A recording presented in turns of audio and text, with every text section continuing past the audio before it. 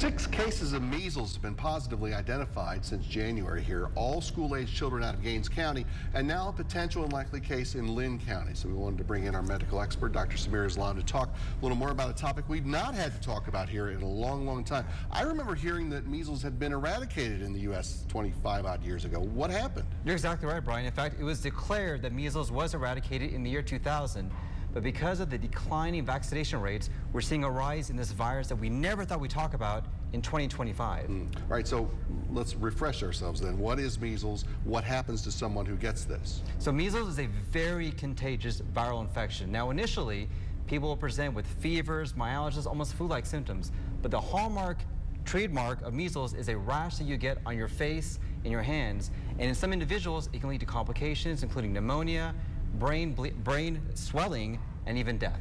So for those of us who were vaccinated as children, should we be worried about getting this again? If you got the 2 vaccines, the MMR, it is 97% effective. So it's a great way to obviously prevent measles. Now, if you're not sure if you had it or you had only 1 vaccine, you may want to check with your doctor to see if you need to get an updated vaccine or not. Okay, and if you're an older folks like me who maybe were not vaccinated, should we go ahead and do that now? Absolutely. So the MMR vaccine is very, very safe.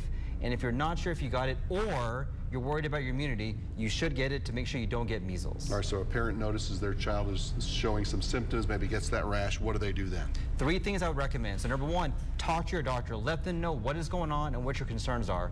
Number 2, isolate your child.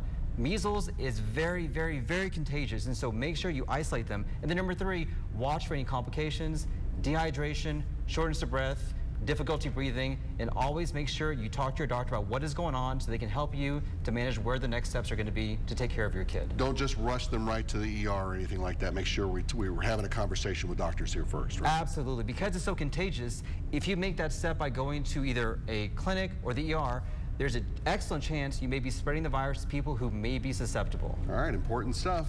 Dr. Islam, thank you so much for being with us and keeping us updated on something we hadn't talked about in a long time. Thanks, Brian, for having me on.